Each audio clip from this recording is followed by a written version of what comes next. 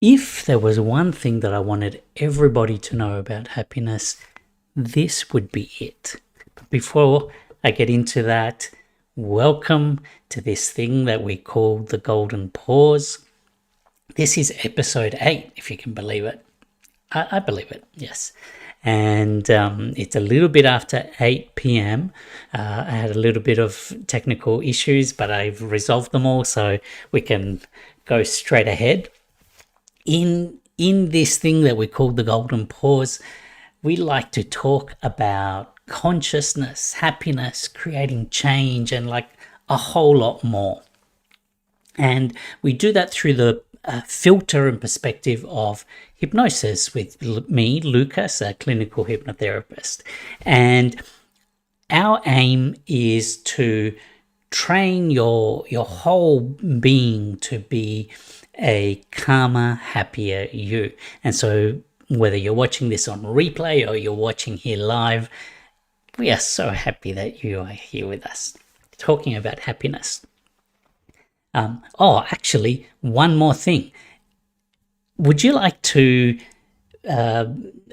be a calmer, happier you? At the end of each episode, we have a guided meditation that basically trains your whole system to be that, and we call that the golden reset. So if you want to have that feeling and that sense, stick around till the end. But let's talk about happiness, because that's what I said we'd talk about. And I mean, we hear about happiness everywhere. This topic is everywhere, and yet still it's like something that evades so many people. It's like, how can that be? And like, you hear it, it's my right to have the pursuit of happiness, or buy this product and you'll be happy. Or you might just hear people say, I just want to be happy. So like, why is that? Like, we hear it so much that you'd think that happiness is the purpose of life. Is it? Let's talk about it. And look, maybe you or someone that you know may not even be thinking about happiness. They might just be wanting to avoid a bunch of the pain and issues and unhappiness in their life, and that's something that many people experience as well. So to better understand this, our experience to do with happiness, it's useful to separate this whole topic into pleasure, happiness, and joy, and to think about them as different bands of experience. What do you think is the difference between them? If you were to think about, okay, what's pleasure compared to happiness compared to joy? What makes those things up? And I mean, if you think about sound or a song, and you look at nowadays you don't have the physical record player or things where you had an equalizer, but you can still do it on software where you can go and you can increase and decrease the treble, the mids, and the bass, and you can move those different frequencies. And that's an interesting comparison to think about this whole realm of happiness with pleasure, happiness, and joy. And it's the same thing when it comes to images. With images, if you're wanting to do some editing in the way that an image looks, you've got your highlights, you've got your midtones, and you've got your darks. And if you want to adjust the visual experience of that image, you can make adjustments across those three different bands. And that is a useful way to think about happiness, about modulating the different bands that shape our positive experience in life. Because if we don't, you might be thinking like, oh, Lucas, why are you having to talk about this and create these types of divisions in definitions and things like that? If we don't, happiness just becomes this whole kind of thing that's combined, where your only real sense of control or influence over that realm is like a volume knob where you're just trying to increase it. I just want to be more happy. I just want to have higher happiness.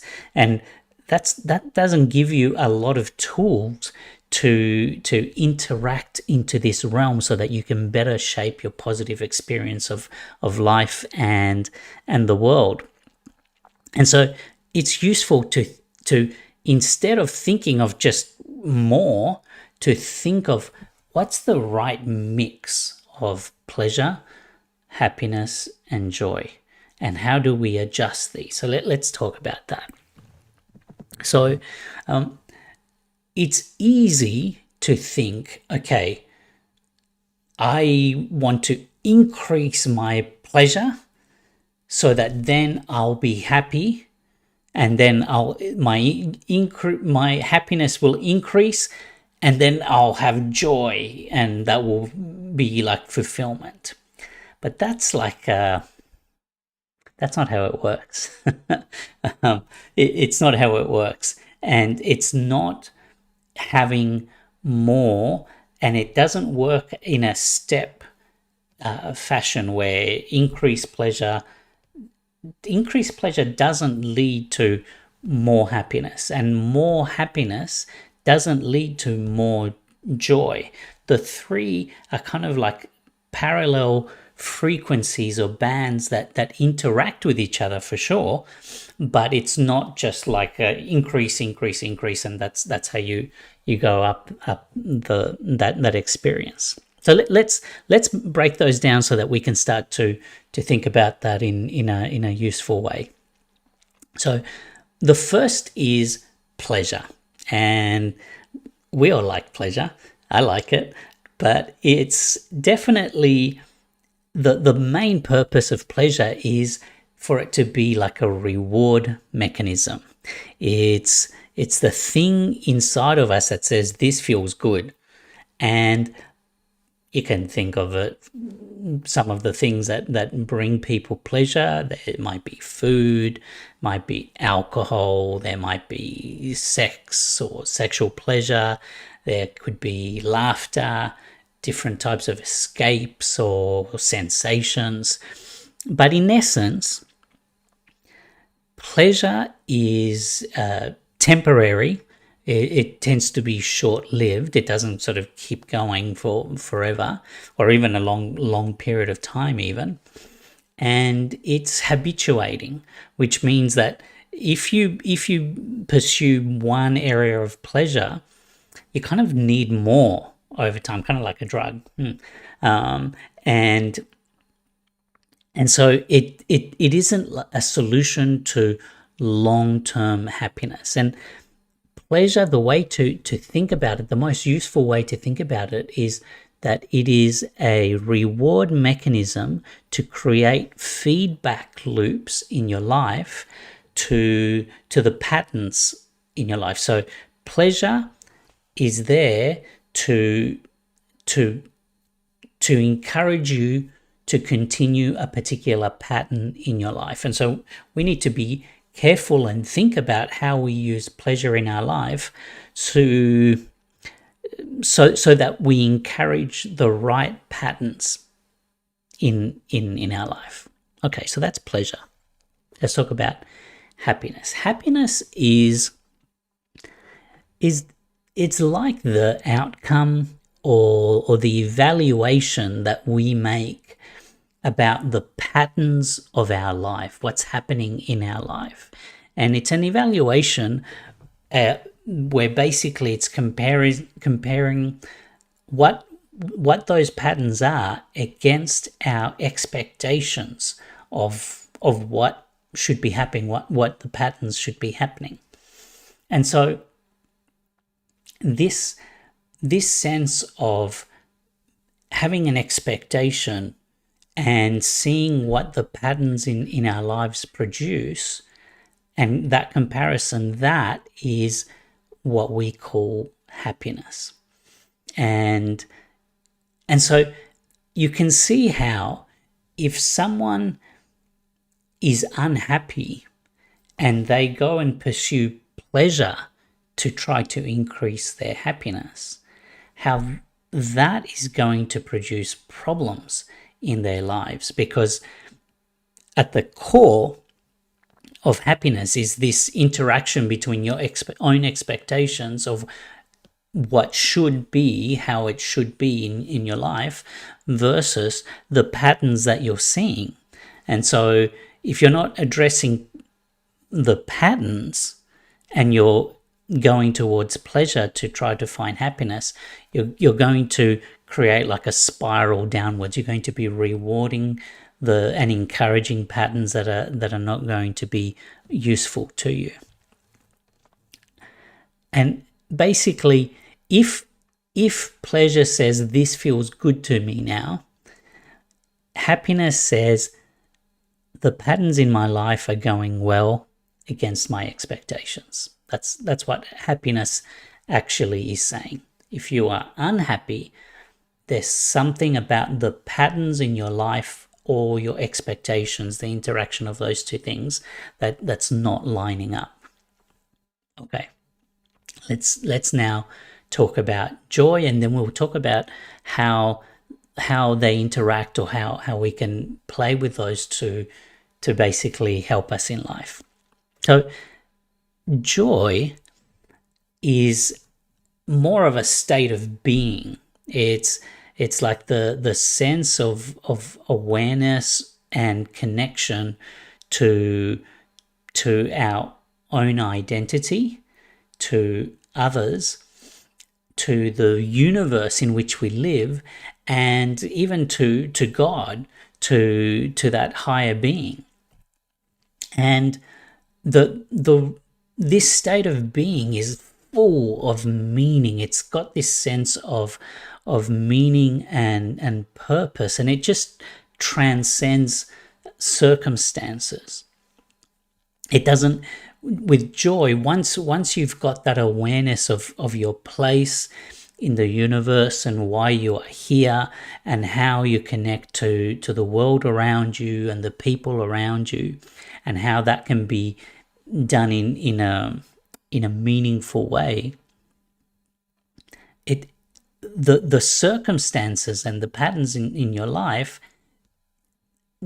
it doesn't matter if things are going well or not well. This sense of joy transcends those circumstances. And the phrase that you can think of is, I am deeply alive at this moment.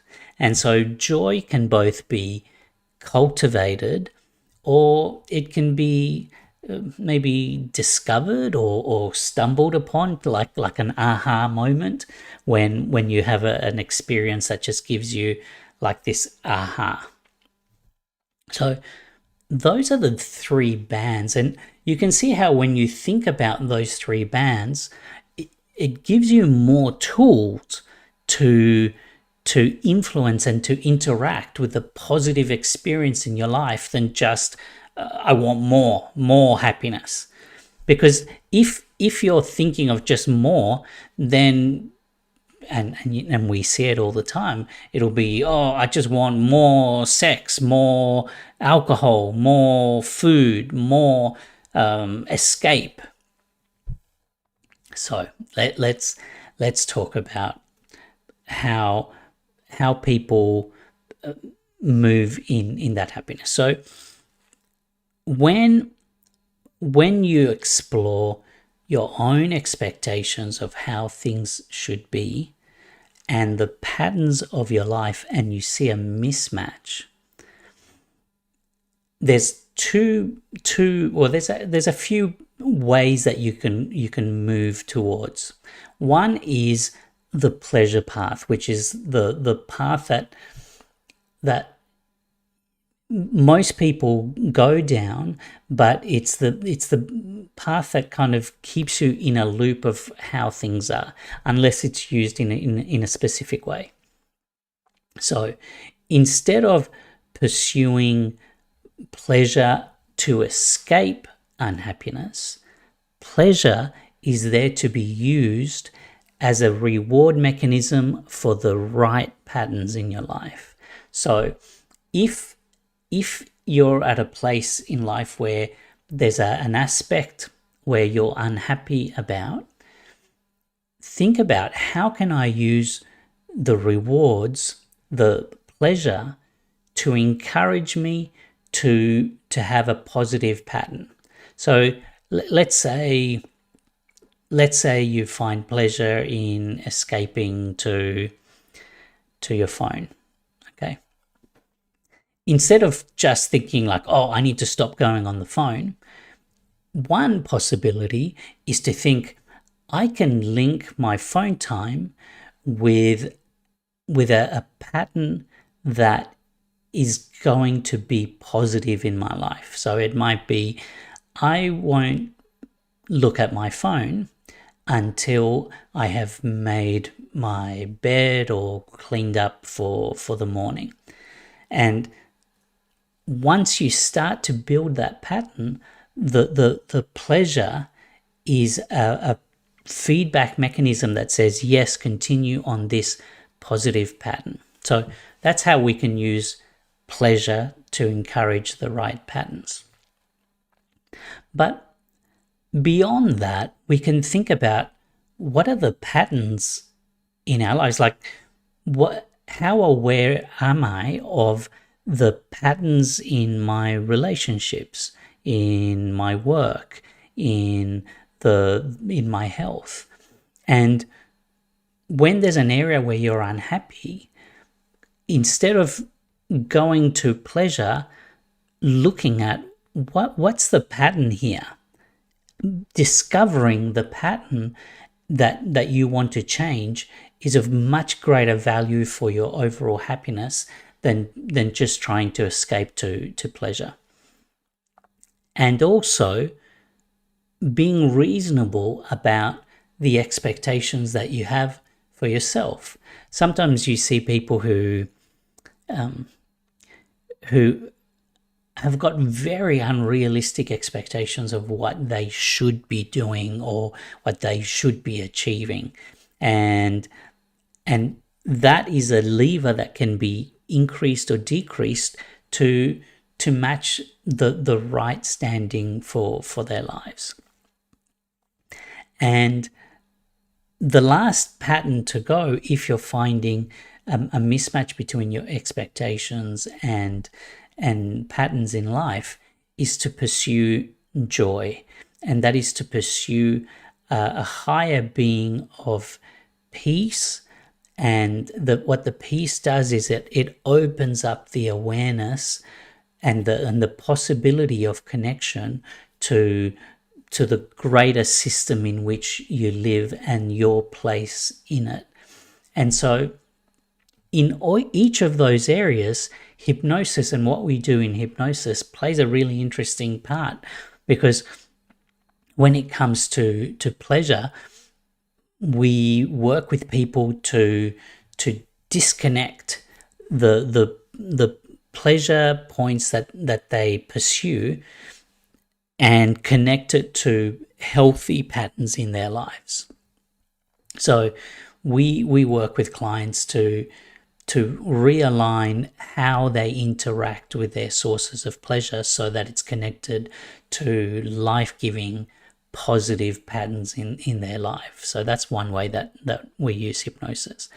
Another way that we use hypnosis is to make adjustments to the expectations that someone has for themselves, for their lives, but also we help people to shape attention and where they focus in their lives to make better assessments about how they are going, and when they find patterns that aren't positive, to create change in those patterns.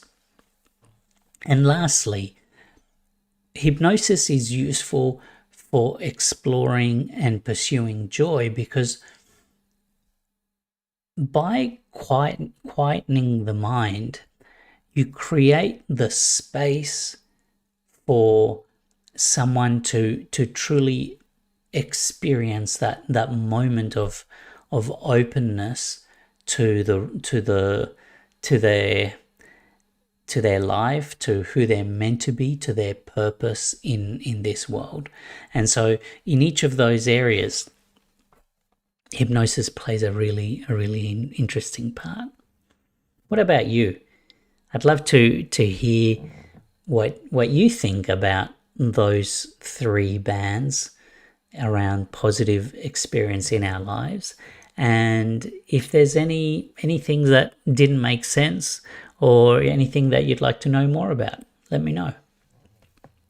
Okay, well, I think that brings us to the golden reset. And one of the reasons that I wanted to create this whole thing is to give people an opportunity to retrain their minds, to retrain their brains, and to increase their peace.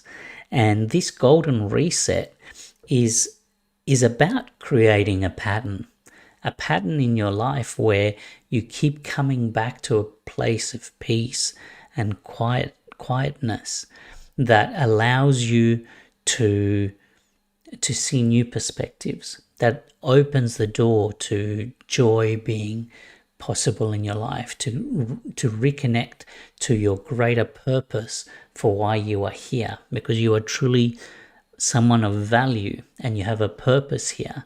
And so having these, what I call the golden reset, is there to encourage you to have this pattern of coming back to this quiet place. And so why don't I get things ready for that, for the golden reset. Let me put some background music that I like to put, and I always like to say that obviously if you're driving or using any kind of machinery, it's a good time to press pause until you can be in a place where you can relax. But if you're ready, then I'd love to get started. And so I'll just take my face off the screen and just allow you to find that quiet place. And whether it's the first time doing the golden reset or you've done it before, all you need to do is to just be a little bit curious. Be a little bit curious about what your mind being quiet can feel like. And you can find a quiet place, comfortable place, whether you're sitting,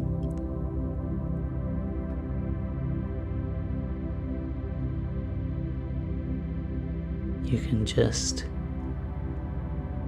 take a deep breath. And the golden reset always starts with a deep breath, because it allows your body to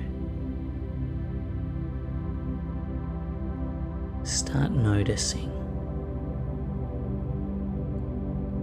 Maybe there are thoughts going around your mind. Maybe there are things that you feel need to happen, or that you need to do.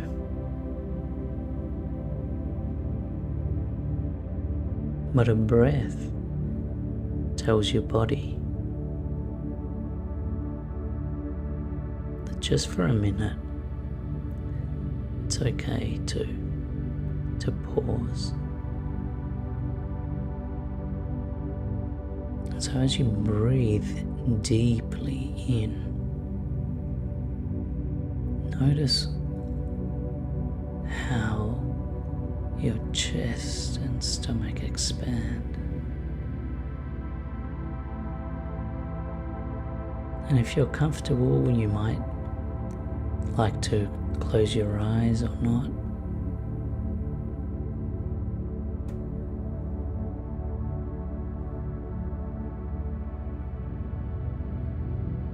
But allowing that breath to lead your body and mind into peace.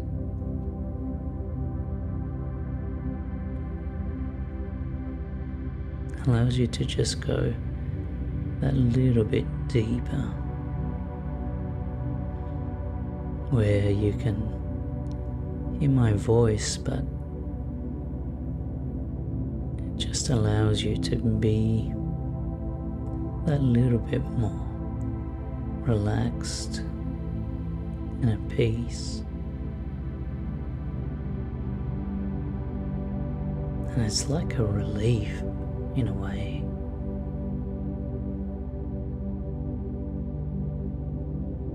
That feeling of a sigh, a relief to enter this place.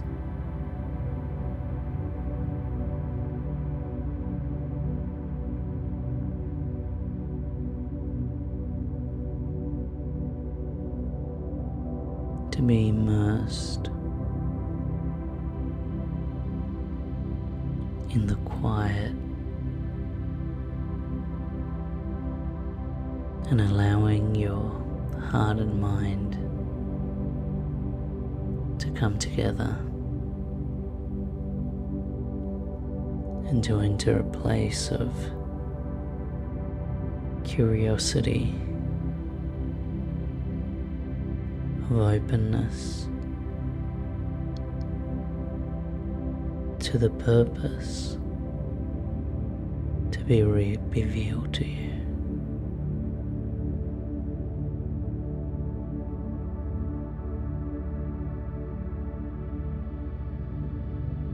And it's okay if your mind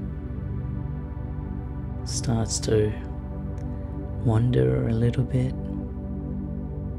because your breath is the leader at this point.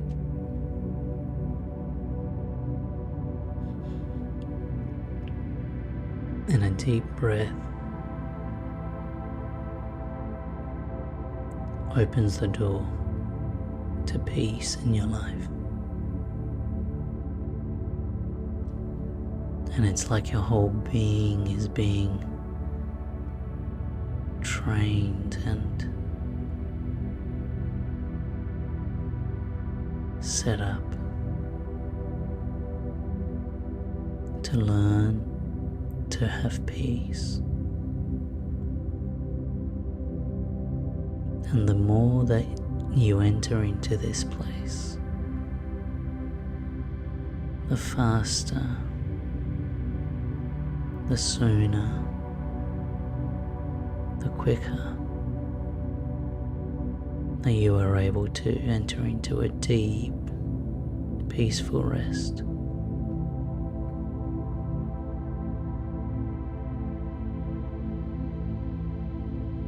And it opens the door to joy, to becoming aware of your connection to your purpose and to your meaning in life.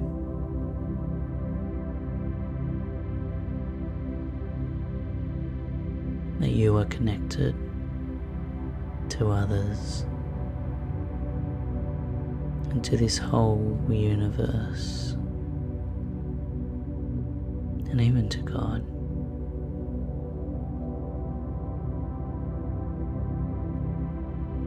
To enter into that feeling of being deeply alive, and to just luxuriating in it.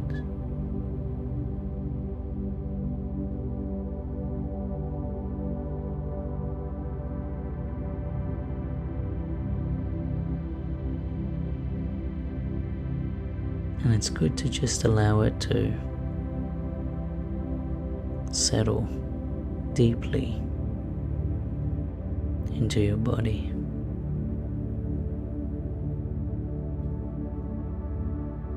Like a comfortable blanket coming over you and covering you.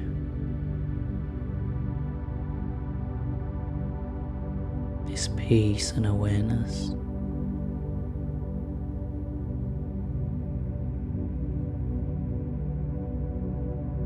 It's where you're meant to be, and it's where you're meant to come back to.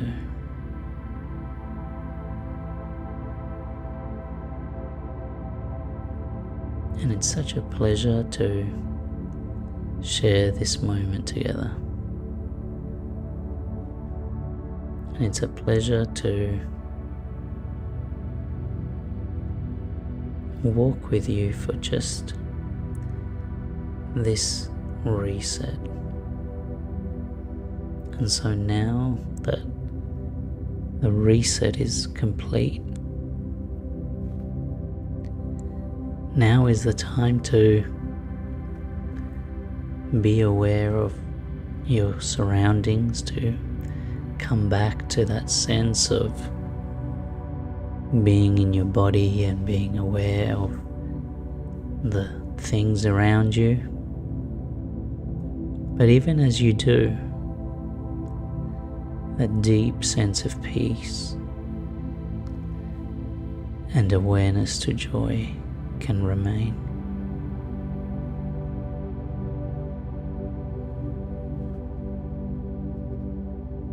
And so,